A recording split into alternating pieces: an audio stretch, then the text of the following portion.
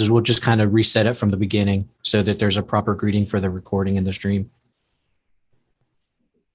Okay, 1 second. All right, I'm going to click record, and then once you hear this recording started, you should be good to go. Perfect. Thank you, Andrew. Welcome, everybody. I'm Kevin May with the Charlotte Planning, Design, and Development Department on the UDO team. I'd like to welcome everybody to the April 7th Unified Development Ordinance Advisory Committee meeting. Before we get started, I'd like to hand it over to the UDO OAC Chair, Tony Lathrop, for some opening remarks. Tony? Good morning, everybody. Thanks, Kevin. I would just want to quickly welcome everybody and say it's hard to believe, but we're getting close to the finish line after a number of years with this. And so I just want to again thank everybody for the long-term time and effort that's been put in on this. The staff team, you know, Allison, Laura, Alan, and on down the list, and all the folks with the OAC who, including the early on folks who may have had to drop off, but in the more recent additions and the folks who've stuck with it all the way. I've said since the beginning that, you know, having this process, a process that's inclusive, super inclusive, transparent, and really rigorous and thorough will lead to a good outcome. And we've been doggedly chipping away at this for years now, and we can see the finish line. And I think the fact that we're here and it's moving along is directly because of this process and the work that all of you have done, all of you have put into it to make it what it is, to make it successful. And I think it is an actual textbook example of how a process like this should be run, you know, so that we wind up with, you know, and because it's a good process, we will wind up with a solid product at the end that has community support, that has consensus behind it, and is going to be adoptable, you know. And we're aiming for July adoption, fingers crossed. You know, there'll be another draft out before then. And you know, thanks to all of your work, and appreciate your flexibility for pivoting a bit today on the topic. But we'll hear some good information about transportation aspects of this. So again, thank you to everybody, and we're almost there. So Allison, I'm going to flip it over to you now. Thank you. Thanks, Tony. And actually, I think so. As we mentioned earlier, this particular OAC meeting will be focused on some of the work that CDOT's doing. And so I will turn it directly over to Ed McKinney. Thanks. Good morning. I think everybody can hear me. I'm Ed McKinney, Deputy Director with CDOT. And we've got a few other folks on the call here from CDOT that have been heavily involved in a lot of this work. Just so you know that they're there for questions and discussion today. We've got Felix Obregon, Julian Burton, and Hannah Bromberger. And particularly, I think you all have seen Julian and Felix before in some of the past presentations. So what I'm going to do is give you an update on where we are and a number of things that we introduced to this group last year.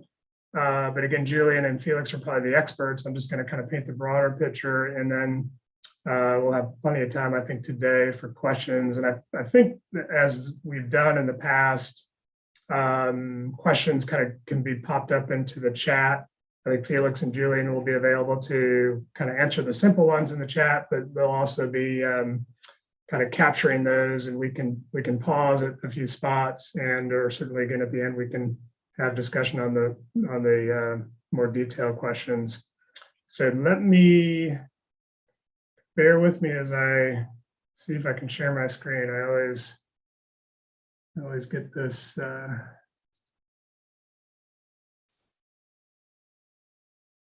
everyone see the presentation? Let me see if I can get it in slideshow format. So do you all see the main slide? Yes.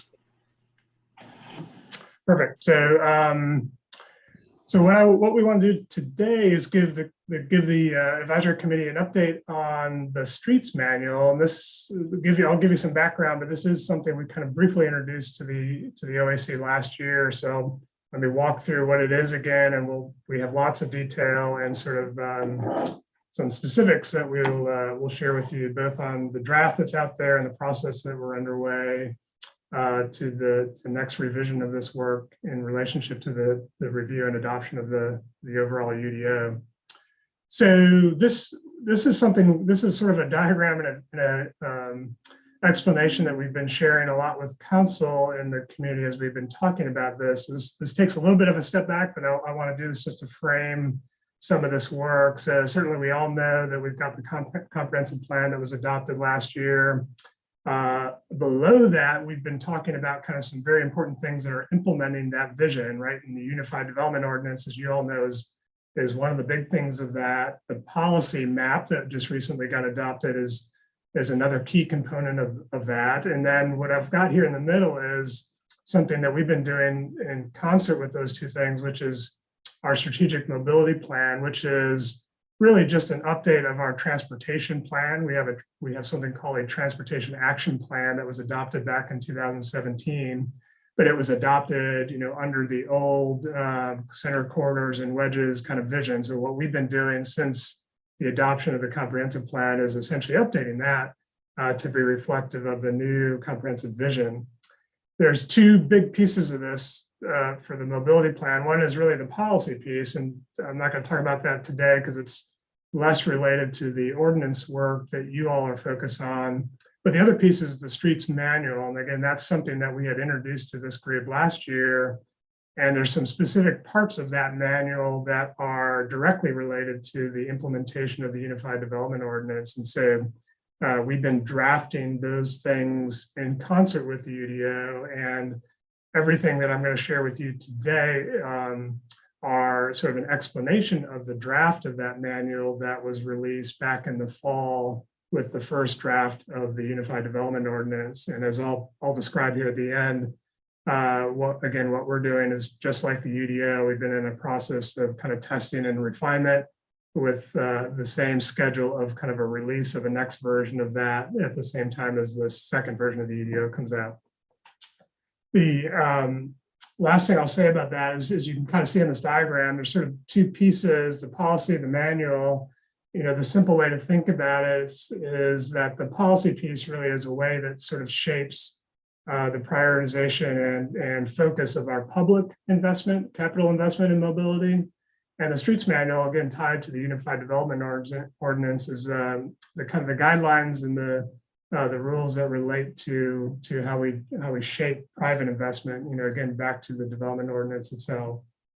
So what is the streets manual? There's sort of three basic components of it. There's the streets map. I'll describe that in a second. There's the driveway and access guidelines, and then something sort of a new terminology that we've defined, which is our comprehensive transportation review guidelines, which is simply put a kind of a modernization of our traffic impact review guidelines that we do with development as it comes in. So again, I'll talk about all of these in more detail, but just to kind of give you a sense of the basic components of of what's in the manual. The streets map, again, and I'll talk about this in a moment in more detail, but it essentially defines our citywide street types and applies a future cross-section across the city so that we are essentially protecting for the long-term development of our streets and our right-of-ways. As a reminder, we've adopted actually a version of the streets map specifically around the Blue Line stations a few years ago when the updated TOD ordinance was developed. So we've actually got a piece of the city around those Blue Line stations that we've already applied this idea of a streets map, and it's been employed with the connection to the ordinance under the TOD, the update of our TOD ordinance. What's in just as a kind of a detailed part of this, there's there's language and kind of describing the policy foundation of the streets map that's in the manual itself, but then there is an actual map. I'll show you this in a minute that essentially is online, and you can essentially see exactly, all the arterial streets and what their classification is. And that map itself will also be an adopted part of this process as we go forward with council. The driveway and access guidelines, those are sort of more in the weeds technical things. We've got a set of guidelines that we apply today, really about how you space driveways and kind of the technical parts of kind of access to sites. So we've essentially what we're doing is incorporating those existing guidelines into this overall manual.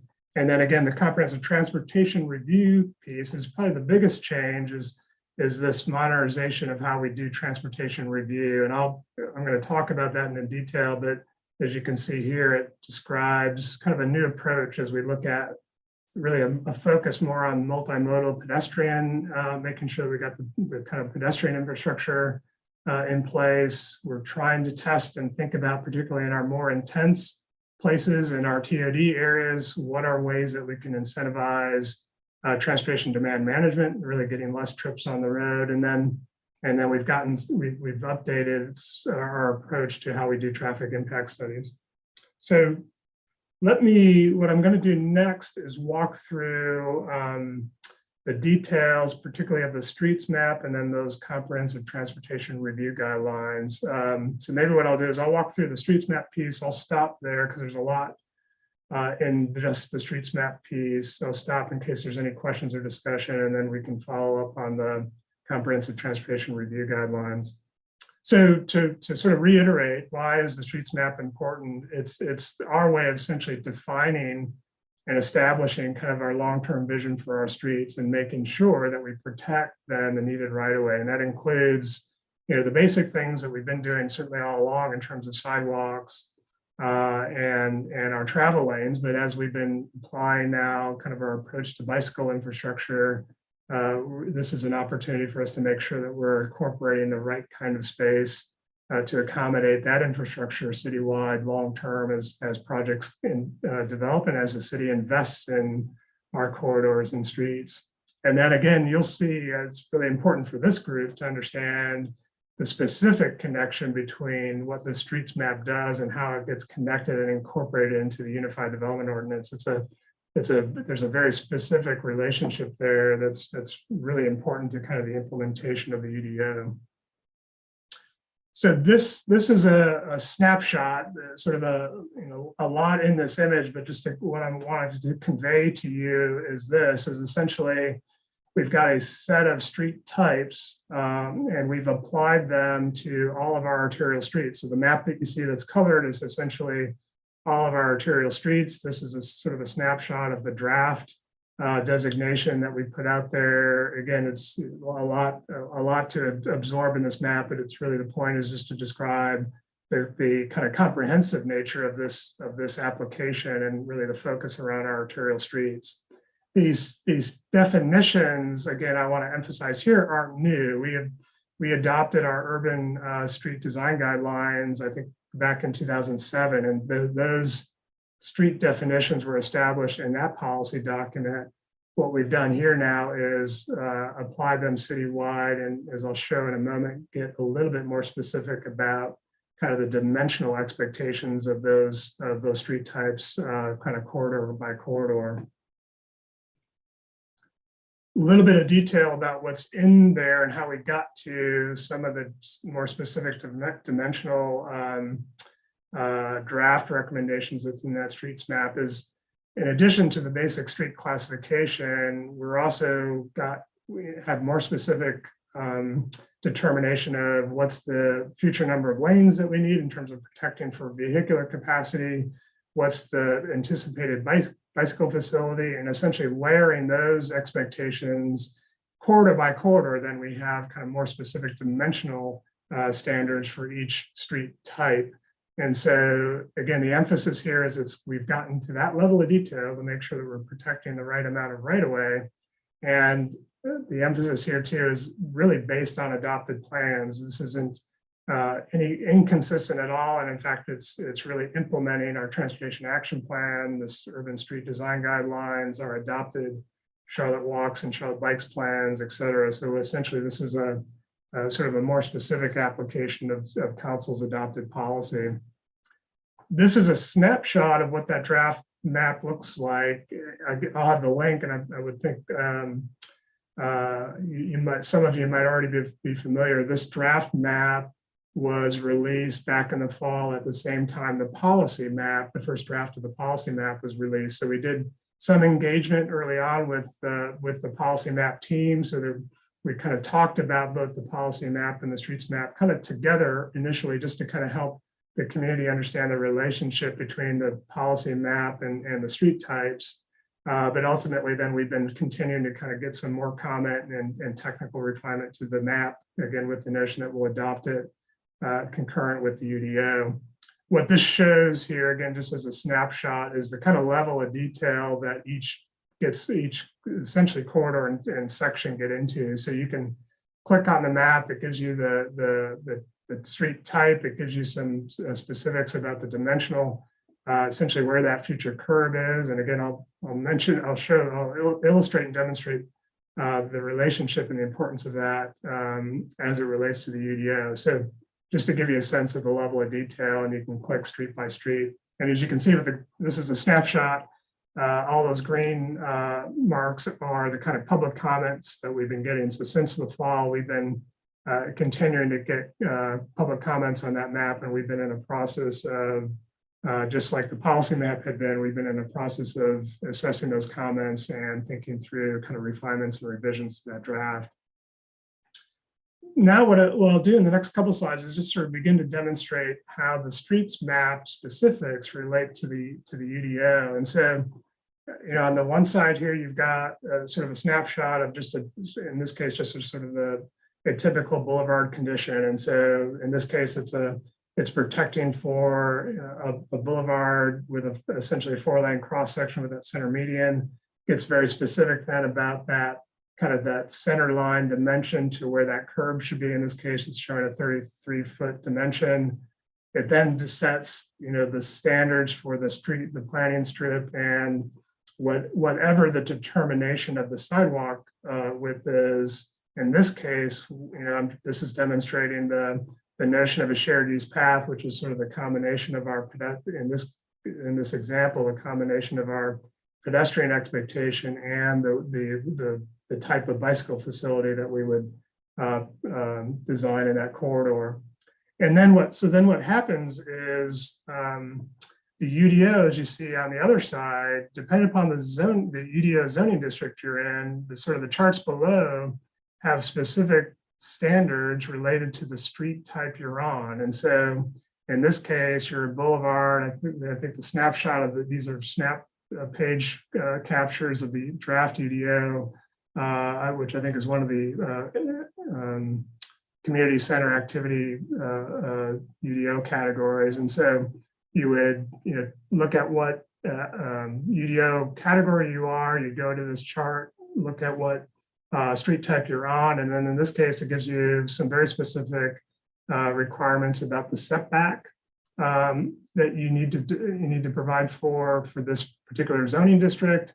And then even there are some development kind of building articulation standards that go with the street type designation. And I won't go into all the details of those, but the point here is to make the illustration of the relationship between the UDO and the standards that are embedded in those zoning districts to the type of street you're on.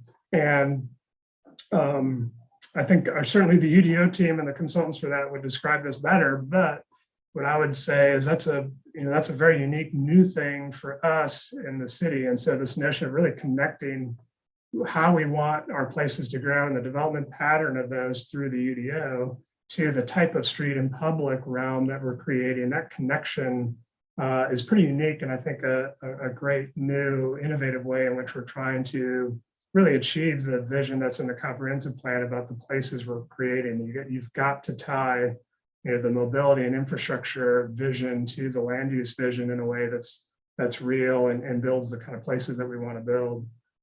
I'll end with this, and then I'll stop and see if there's questions. This next sequence is just a simple way to sort of describe sort of on the ground what that might feel like. And so this is just a view of South Boulevard. As if you know South Boulevard, this is adjacent to the Blue Line stations.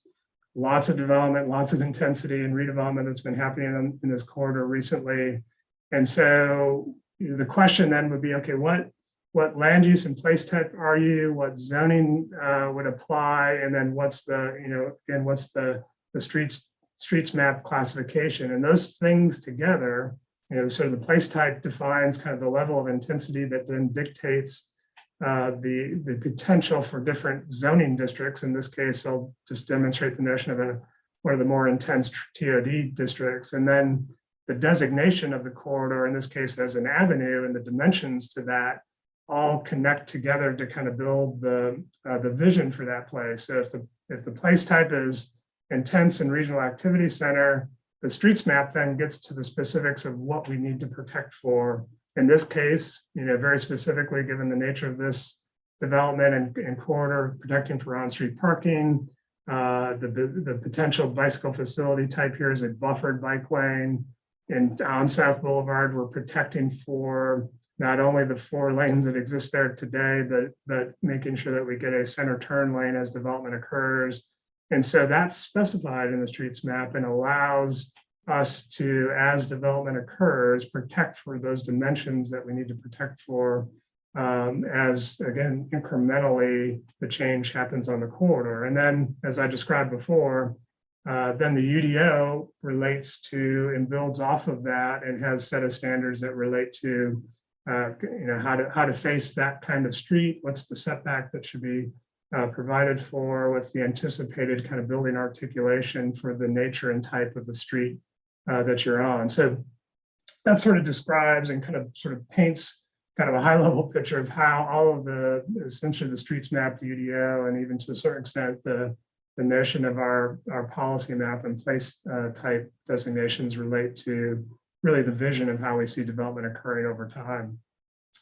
Let me stop there because I know I just dumped a lot of information. I'm glad to. I haven't been watching the chat, but if there's any questions, Kevin or Felix, I'll just pause for a minute. Yeah, thanks for all of that information on that first piece on the streets manual, Ed. There's not currently anything in the chat, but this is a good opportunity to pause briefly and allow the membership to ask questions. So seeing nothing in the chat, I'd welcome anybody if you've got a comment or a question you'd like to contribute with, if you'd raise your hand so we could acknowledge you and we can continue the discussion. Anybody, any takers for any comments or questions in this information? Will, I see you've got your hand up. Yes, sir. Yes, thank you for recognizing. I just had a quick question. So looking at the example that was provided by Ed McKinney here, you're showing an area that was before the light rail, pretty much car heavy, car specific. And now that it's transformed with the introduction of the light rail and the change in density, you're seeing a lot more pedestrian uses. But I'm also seeing that based on the UDO, the place type and the streets map, that you're calling this an avenue in which you're looking at 4 lanes and a center turn lane. So you've got a still pretty heavy automobiles use on that street with an increase in pedestrian traffic also along that street. What is CDOT looking at to balance the uses between pedestrians as well as keep them safe? Trying to cross 4 lanes, 5 lanes of traffic is always daunting. So I'm just curious as to how the balancing act is being played between cars and people in a place like South Boulevard. Yeah, no, that's a great question, and you sort of described it correctly in the challenge, right? Like on a corridor like South Boulevard, where it's transitioning from a pretty suburban condition, auto-oriented to something that's more urban, pedestrian, and multimodal. So it is a balance, and I think what again, the vision of both the UDO place type and the streets map is to try to define the right balance of private investment, public investment, and kind of protection that we get, and we recalibrate that balance. So yes, South Boulevard will continue to have 4 lanes. And like I said, we're even making sure on portions of the corridor that it doesn't have a center turn lane, that we protect for that, because that's really just a part of just safe and efficient, access management, both for cars and pedestrians. Because one of the other things that we've done on South Boulevard recently, which gets to the public investment, is given some of the long block lengths between signals, we've planned for and have implemented signalized pedestrian crossings. And so that center turn lane gives us the ability to have refuge islands and protection and connection crossings for pedestrians in key locations. But then again, the streets map and the UDO then make sure, like sort of demonstrated in this image, that you're getting the wide sidewalks, the planting strip, and in this case, even the frontage conditions, using a transit urban center classification even pushes the building a little bit farther back from the sidewalk to get you the space you need for the outdoor dining and the kind of other activity that happens with that intensive a use. And so what happens over time is you get, essentially, in this case, you've got on-street parking, the 8 feet of planting strip, 8 feet of sidewalk, and then you've got the additional setback from the building. We're trying to build essentially that environment for pedestrian activity. The buffered bike lane you see here again is not just your standard bike lane. It's a bike lane with additional space for that buffer between the vehicle travel lane and the bicycle facility itself. This is a good example too, where what we're trying to do is really protect for the space over time. Whether that gets fully implemented as a buffered bike lane adjacent to the travel lane, or do we ultimately, with some public investment, incorporate that bicycle facility on the back of curbside. Those are decisions that we can make longer term, as long as we have that space protected. And so again, that's what we see as the value of using the streets map to protect for that whole package of bicycle facility and pedestrian environment to get the kind of public realm we need. It's not every street's South Boulevard, like they're all going to be different, right? The scale and the function. There's no denying that South Boulevard is still going to have to carry and function for cars. What we're trying to balance with the streets map is just find the right way in which we manage that and create an environment for all modes. Thanks, Ed. And one more question for you, just kind of looking ahead. As we get places that are becoming more dense and more urbanized, again, using South Boulevard as an example, you're going to get more pedestrian traffic. Is CDOT giving any weight to implementing scramble crossings in urban areas like South End or Uptown? Yeah, I mean, what I would say, not to get into the specifics of your example, there's lots of really some unique, innovative approaches to kind of urban mobility that we're on the cusp of. Like you said, the scramble, for those who don't know, is it's been employed in lots of pretty urban places where you essentially have the ability as a pedestrian to cross diagonally and kind of have a protection, a more higher prioritized protection for pedestrian crossings at intersections. And so, I mean, my short answer to you, Will, would be yes. We're facing those challenges, like you said, in South End and Uptown, and on the, as we move forward, particularly with our strategic mobility plan, sort of setting the stage for, in our more urban developed places, to be prioritizing, pedestrian access and mobility over vehicular. And there's a trade-off, right? Cars will still be able to get in and around places like South End, but as we move into that transition, we're probably going to have to begin to balance it more on the pedestrian side and employ, things like you're talking about, and just other ways in terms of getting pedestrian crossings in the right locations, and just managing the behavior of traffic and cars in a way that makes these kind of more urban places pedestrian friendly and safe. Thank you. So all the questions I have. Thank you, Will. Thank you, Ed, for that explanation. We had some comments come in through the chat that really were on discussion about this point about how this is maybe getting us more in the direction that we're desiring. And then also Eric kind of echoing some of Will's points. We did have a question come in from John Friday, and it did reference a prior slide. I'm not sure. Can we go back a few slides, Ed? He's asking about the example of the cross section and the measurements on that cross section. Yeah, I think this is it. And John's question was really getting to, we've got, you see there the planting strip of 8 feet and the shared use path of 12, but the setback being 24. And I think he was just trying to find what that extra 4 feet was. And that might not even be a question for you, Ed, so much as it's for us on our staff. Yeah, I mean, I'll give a brief answer, but it might be more on the UDO team. So yes, you're right. There's in many cases the zoning district has a setback that's beyond where the sidewalk is. In some cases, there's just a simple need to have that kind of space from the back of sidewalk before you actually can build a building, right? So there's a little bit of shy space there that's needed. I presume is embedded in some of the standards for the zoning districts.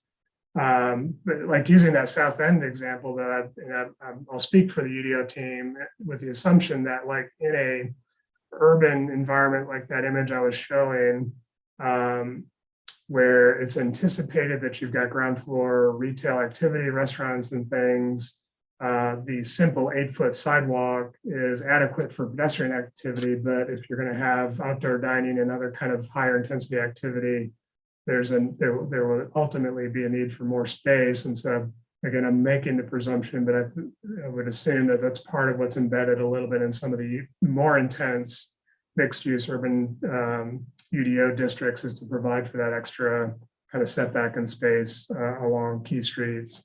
I think you've hit it, Ed, and I think you hinted at this as well, but there may also be some of that space is eaten up by, say, utility easements or other easements that may be needed. So John, we could also circle back up with you about that if you'd like to continue that conversation.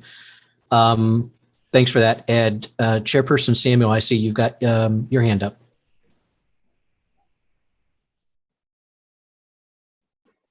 Yes, thank you, Kevin. I just wanted to say to Ed, the graphics here that you're using to illustrate the relationship between land use, mobility, and development. There's some of the best ones I've seen to date to highlight that. So I would ask that if you don't mind, please share that with me. I've got some community members that would benefit from seeing these graphics. Number one. Point number two, the transition that you're describing, I think this was in response to Mr. Russell's point, comment, question. Transition that we're trying to make from a more car-centric environment to a condition that's more fitting for a balance of ped, bike, vehicle. I think the design, the intent on the design in the graphics that you've shown is to build it with an infrastructure, build the space so that it is easily convertible to a more bike ped friendly as we continue to transition to those types of environments in places like South End and many other parts of the city that we want to see that type of infrastructure. I would challenge the UDO team to, in places where that language doesn't currently exist, to really strengthen language in the UDO to highlight that fact. And I just wanted to make that point here. Thank you. Yeah, that's a great, and that is some of the biggest challenges we have, both around our mobility investment and certainly private development. And maybe one more point I'll make that occurred to me as you were making your comments is there'll be lots of this sort of shows development moving the curve and actually building a lot of portion of that infrastructure. There's provisions for that to happen in the UDO based on certain triggers, but probably more often than not, what will be happening is we're essentially protecting for that space that will tee up city public investment. So I just want to make the point that what we've always been trying to do, both with our UDO and the specific standards we have in there, is trying to find the right balance that recognizes that as we're transitioning these places, it's finding the right partnership between what's fair and reasonable for private development to do and what is fair and reasonable and really should be the responsibility for public investment. So to really get to where we need to go, it's really both things, and that's part of our long-term vision for that transition. Thanks for that, Ed. And this particular point here reminds me of the challenges that we sometimes see in height transitions, right? With building in where you might see single family that now is going to be neighboring medium to high density development. So it's kind of akin to that. Thanks, Ed. Thank you, Chairperson Samuel and Ed as well. Any additional questions or comments anybody would like to make? We will have another opportunity later. Not seeing anything currently. Ed, let's go ahead and move on to our next topic. Perfect. Now we're going to get into the real technical stuff. So that was the interesting, fun stuff. Now I'm going to get in the weeds. So I'll try to kind of describe this next piece. And so the Comprehensive Transportation Review Guidelines, kind of a mouthful, but it's sort of we came up with that terminology kind of intentionally, which is really describing kind of a modernization and revamping of how we do traffic impact studies. And I know many of you on this group understand the details of that and kind of how that works with development and through rezonings. And so we're using the opportunity of both the comp plan and the UDO to kind of to test ourselves and to think differently about those standards and those guidelines to ensure that we're implementing the vision of the comprehensive plan and the UDO in the right way. And so why is this important? Again, these guidelines are going to completely replace the current traffic impact study guidelines that we have today. I'll share with you some examples of what that means and what some of the changes are.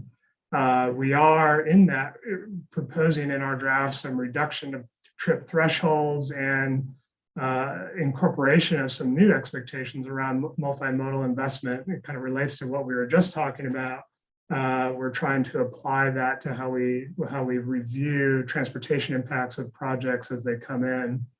And then the last point I'll make here, and it's sort of a hidden thing, but it was important to us to emphasize this with council and others, is that one of the things that will happen with the UDO is we will be going to and rezoning certainly initially with the translation of the UDO, and then longer term, we'll be using these new UDO districts, and it will be important for us to ensure that we've got guidelines that ensure that by right development. And most of our traffic impact study review work has been focused on rezoning projects, particularly conditional rezoning projects as they come in. We do all this analysis, it gets embedded in the conditions of a rezoning, and then the planning commission and the city council review and ultimately adopt those expectations. What we want to do is make sure that we've got guidelines that anticipate a future world where we might have places that are entitled through the UDO and they don't have to go through a rezoning, but we know we still need the ability as they develop to kind of manage and anticipate the kind of transportation investment that should be made. So to get a little bit of context about today and where we're trying to go and how we're trying to reflect and implement the policy of the comprehensive plan. So today, our current traffic impact study process focused primarily on vehicle trips. So we measure the amount of trips and we analyze how that'll impact the streets and our intersections.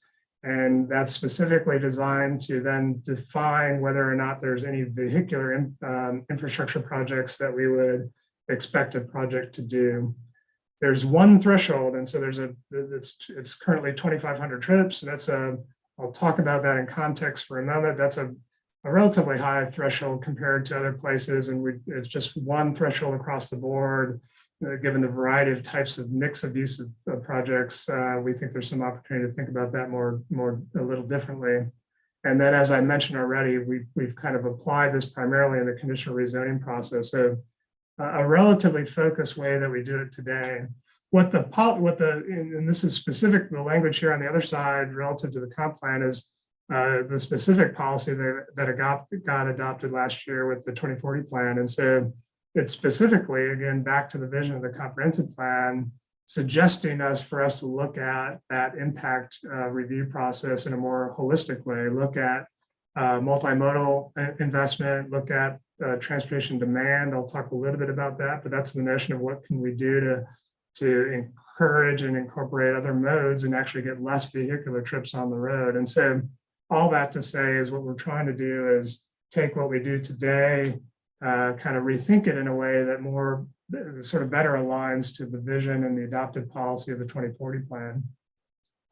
So how do we do that? This will kind of sketch a little bit about the structure of the draft that we put out there. And the way we've kind of simplified it is really three kind of questions. And so as development occurs, it's really first and foremost about how we are moving people. It's not about moving cars, it's about moving people. And so, what we want to do is make sure that we look at the scale of a project, look at its context, and make sure and find a rational way to identify the kind of pedestrian and multimodal infrastructure needs that might be immediately impactful to that project. We've got accessibility, ramp and curb investment that we've got to make. There's certainly, as we know, sidewalk gaps. We've talked about, examples on South Boulevard where pedestrian crossings can be employed. And so the notion here is let's first talk about that kind of infrastructure. Number two, then, is in specific places, particularly our more high intensity places and the ones that are adjacent to our transit stations, is how can we employ demand management practices to encourage access to transit, encourage other mobility options like bicycle, encourage even programmatic things, and certainly all the things we know about what's happened recently with the pandemic, just even the way we work is different. And so there's lots of unique strategies and there's lots of places around the country that have been very proactive about encouraging as development occurs to employ these things to essentially put less burden on our infrastructure and support the kind of investment we've made in transit. So again, we've got a layer in this process that employs, and again, based on the uniqueness of the intensity and location of a project, the opportunity to talk about transportation demand management. And then finally, we haven't eliminated traffic impact studies. Those are still necessary in some key locations. So that's still as part of the evaluation. And again, I'll talk about some approaches that we've had about kind of revising our trip thresholds to kind of maybe calibrate a little bit where we think growth is occurring and where the traffic impact study work is most valuable, and in some cases where it's not.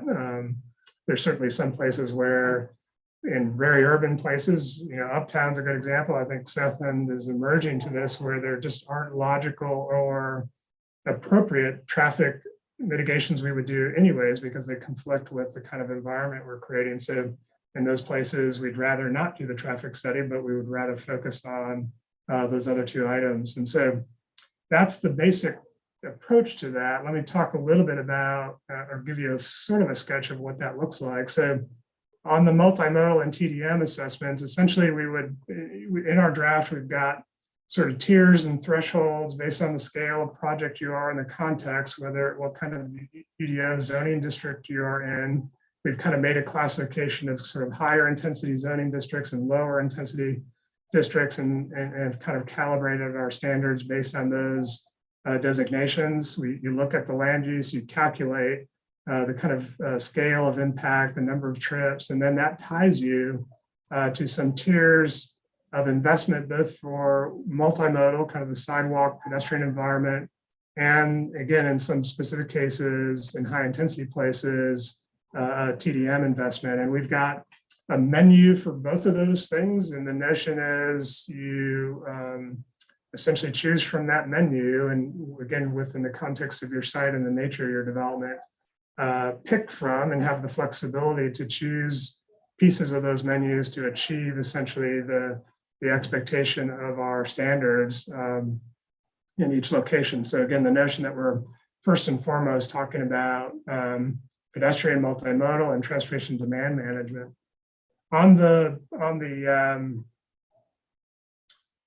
Oops, moved a little too fast. On the traffic side, let me talk a little bit about thresholds. And so, yes, we still need to do traffic impact studies.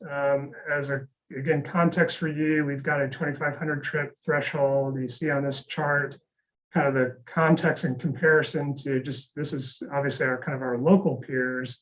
You can see even Raleigh has a threshold that's 1,500 trips. Some of the smaller towns have even a lower threshold.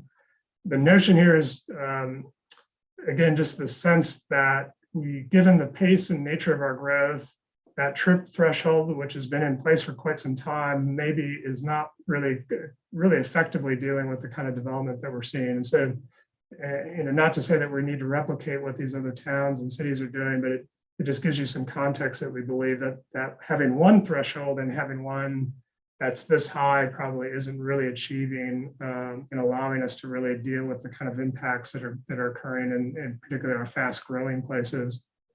And so what we've done, this is kind of a lot of detail on this chart, but what I want to emphasize for you is what we've done is created sort of two categories, this low intensity and this sort of medium to high intensity, and have drafted the notion that we have sort of two different thresholds. And so for the lower intensity, we have reduced it down to 1,500 trips.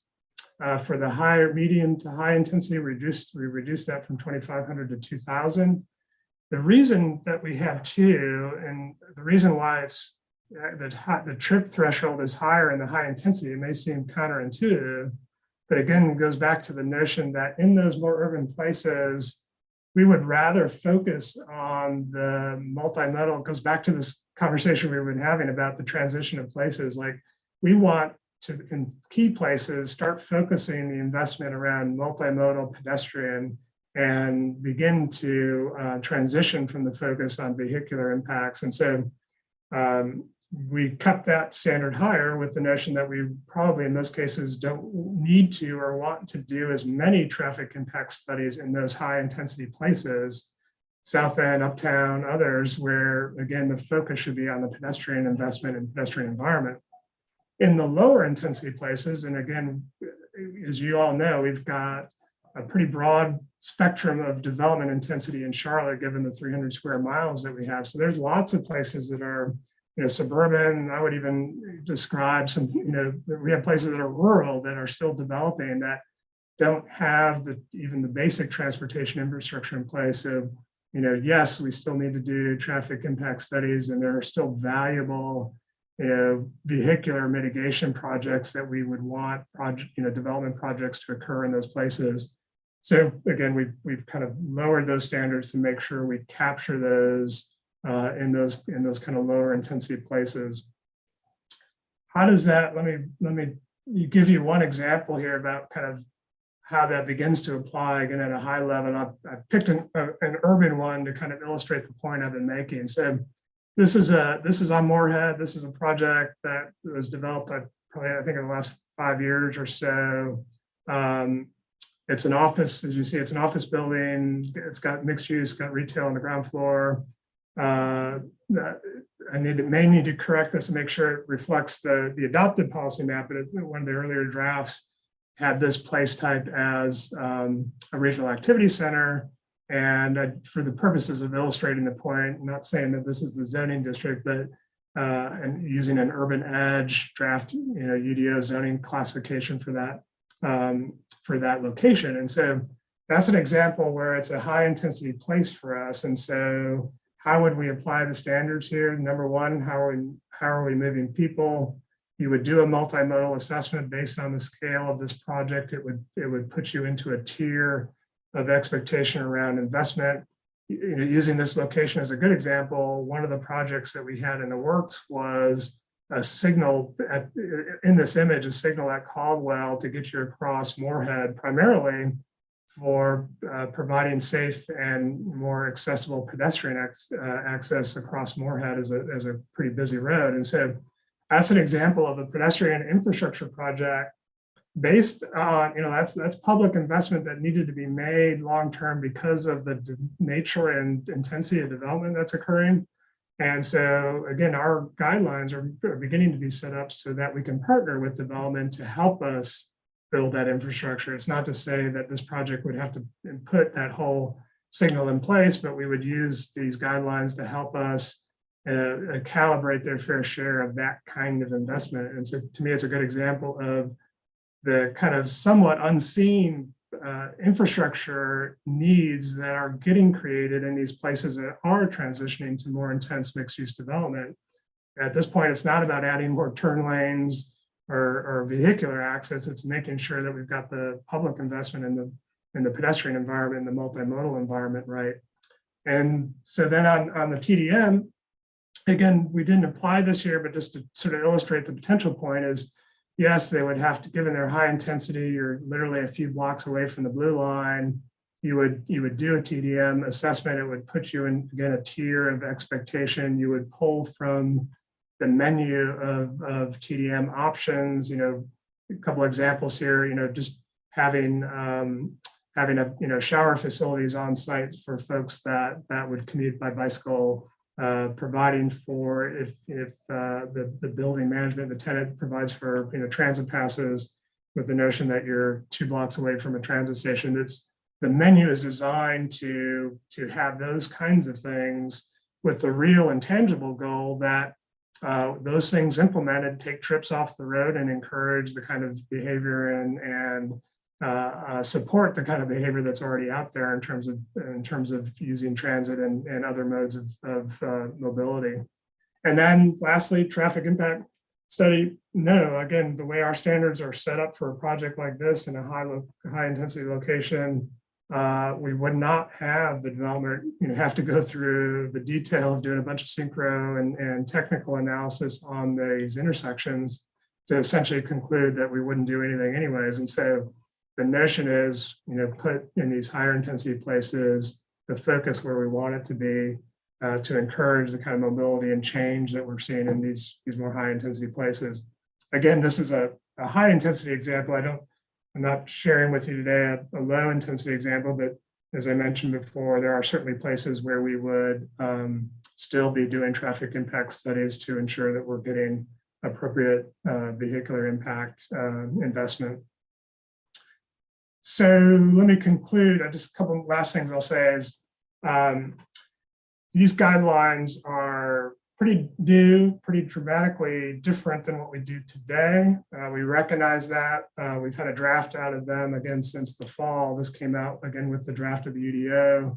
We've been in a process of kind of testing them. A specific thing we've been doing recently in concert with the work that Allison and the UDO team have been doing, which is testing the overall UDO from an economic standpoint. And so we've been working hand in hand with that process specific to the comprehensive transportation review guidelines to really test them. And so, questions about like, how do these standards really apply more specifically on projects? One of the valid questions we've gotten from the development community out there is, okay, this feels like we're going to have to do a whole lot more traffic impact studies. So we're kind of testing that on a bunch of projects to kind of calibrate and see if that's really, if that's the case, and is it really achieving what we want to achieve. And then through that process, we anticipate some revisions and some refinements that would come out in the next draft at the end of May as part of the release of the second draft of the UDO. Next, and maybe just a high level reminder about next steps.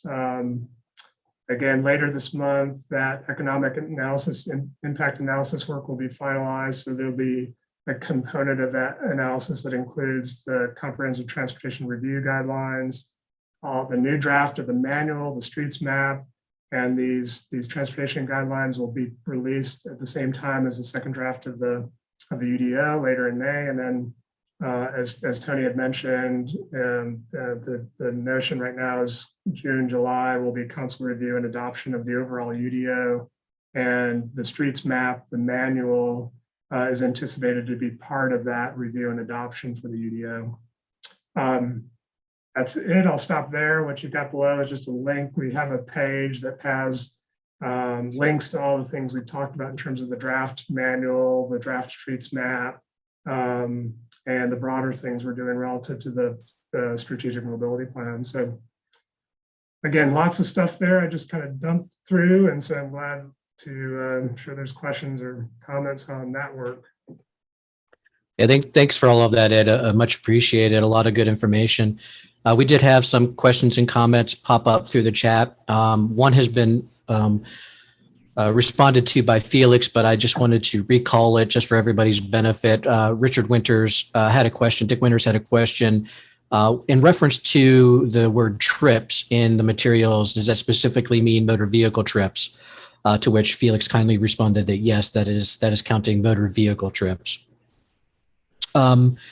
Additionally, Eric Zavril put in some very well thought out comments and questions, and rather than try to butcher and explain, I would welcome him to come off of mute and express those to us. Eric? Thanks, Kevin. Yeah, I'll just try to simplify it. The short story is some of the division between the low intensity, high intensity. You know, how do we capture the more urban places where, say, like a community activity center 1 or innovative mixed use, both are above 60 or 75 feet, 80 feet building height, right? That's pretty intense. And if they're located in an urban area, how do we capture those so they don't get treated like a more suburban type place?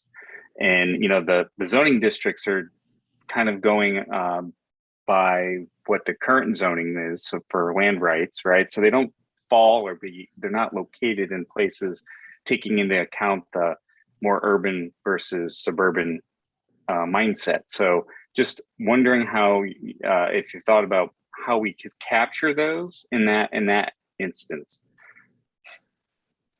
No, that's a great question and a good catch. And in fact, it's a good segue to back to this analysis and the testing we've been doing, because we've sort of uncovered, I think this, if I understand your question, the same thing you're describing, which is, again, what we've done in the draft guidelines is we took essentially the draft UDO districts and made some initial assumptions about which ones would we describe as high versus low.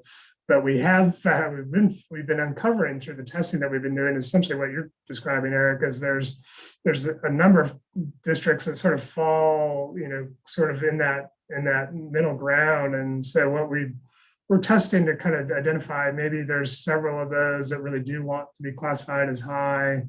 You know, maybe there's sort of a medium category we need to create. We're still kind of thinking through that, but we've actually, that's been the value of the testing, is it's really forcing us to make sure that we're really achieving, like you said, what we want to do, particularly supporting the character of the high intensity development that's going on. We did, just to, again, to give you a little bit more detail, we took, Felix and his team took all of the 2020 rezonings, the conditional rezonings, and ran them through these guidelines. So we could compare essentially, you know, how they got reviewed from a current ordinance to what the CTR would, you know, these guidelines would do. That was, there were 160 cases there. I think, trying to remember, about the subset of those were conditional rezonings. And so what we've done, again, we analyze all those. We also took a snapshot of building permit activity, kind of by right development. So we took third quarter, I think, of 2022, pulled out a bunch of those projects and did an analysis. And then the third thing we've been doing is the UDO economic analysis team, through that economic analysis, identified, I think, 12 or 13 site-specific locations where they, with that development group, have, applied the full breadth of the UDO ordinance. How would you actually develop those sites under the new UDO and compare it to the current ordinance? And what we did is we just took those same examples and went through in even a more detailed way, how would the CTR apply? And so we're wrapping up that analysis, but that was a long way of saying we're beginning to kind of uncover some of the things that you're describing. Thanks, Ed. The only other question I had was the SMP. Is that still on for this month, the draft? Hey, another good question. Yeah, I got to update our website because we had anticipated getting that out in April. We need a little bit more time, so we'll have a draft of that out in early May. It's taken us a little bit more time, but yeah, the policy plan, the SMP, will be out, like I said, early in May. Great. Thanks for that, Ed and Eric, for bringing that discussion point up as well. Anybody else, do you have any additional comments, questions, feedback you'd like to engage Ed and Team CDOT with?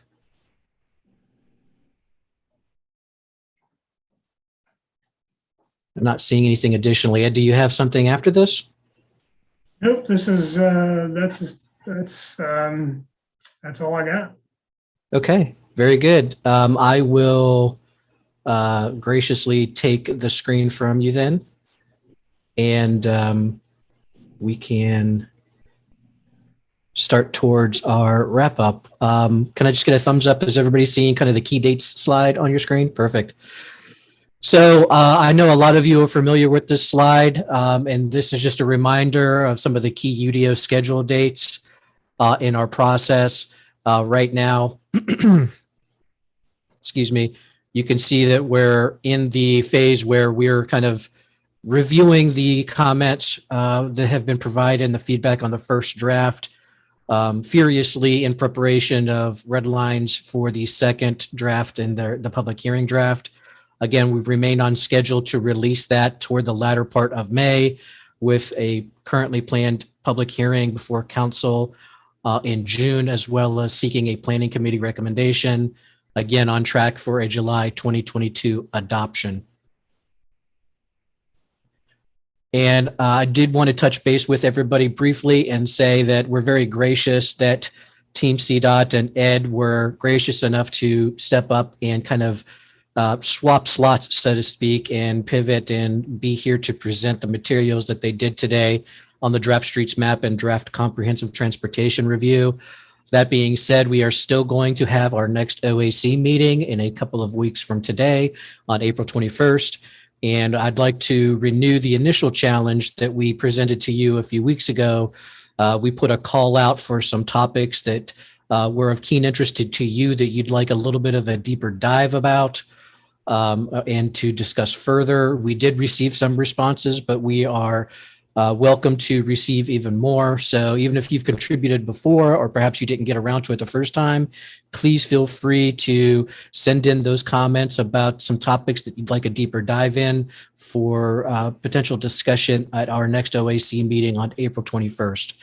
And so before I pivot and we kind of come to a close, Jim Merrifield, I see you have your hand up. Yes, sir. Yes, I just wanted to comment about the schedule. Seems like we've, as Tony said at the beginning, we've had a long, inclusive, and consensus building process. We've worked through a lot of stuff.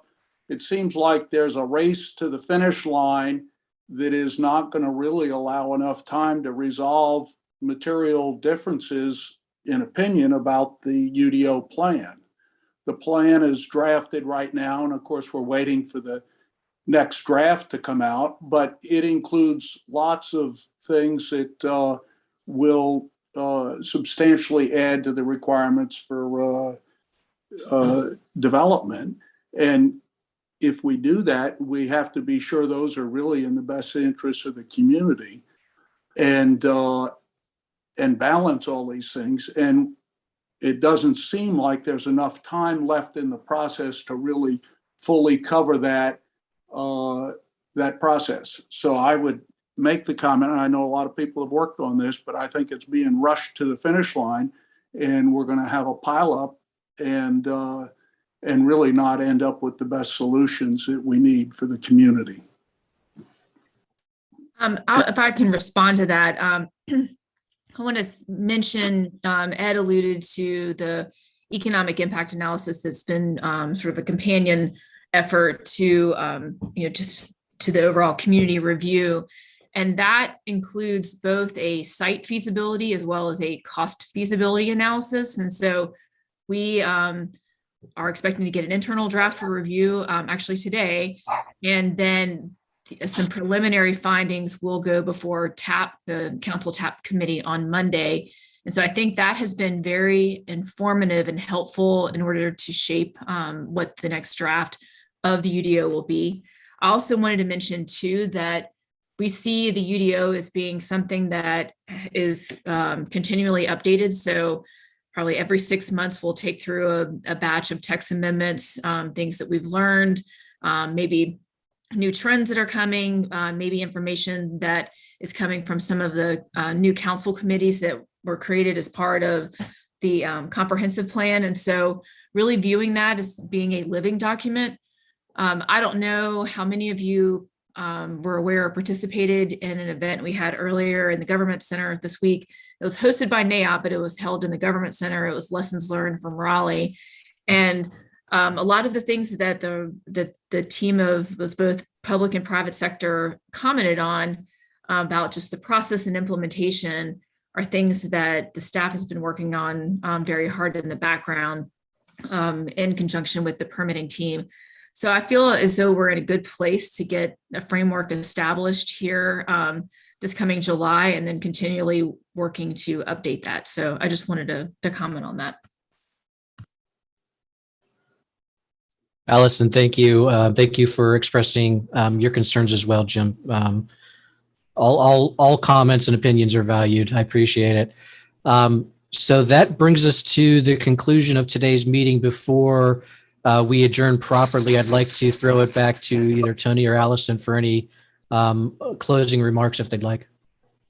I just want to say thank you again to everybody for all the thoughtful questions and participation, and particularly thank you, Ed. I know we've worked together for years and years when you were in the planning department, and it's good to be back with you today in a meeting. And thank you for the time and effort that you've put in on this. And Felix, thank you for being on. And as always, Allison, thank you to you and your team. And the committee appreciate the thoughtful comments. And we will, I know that they'll all be taken into account, and that we will continue to really focus on making this process the best it can be.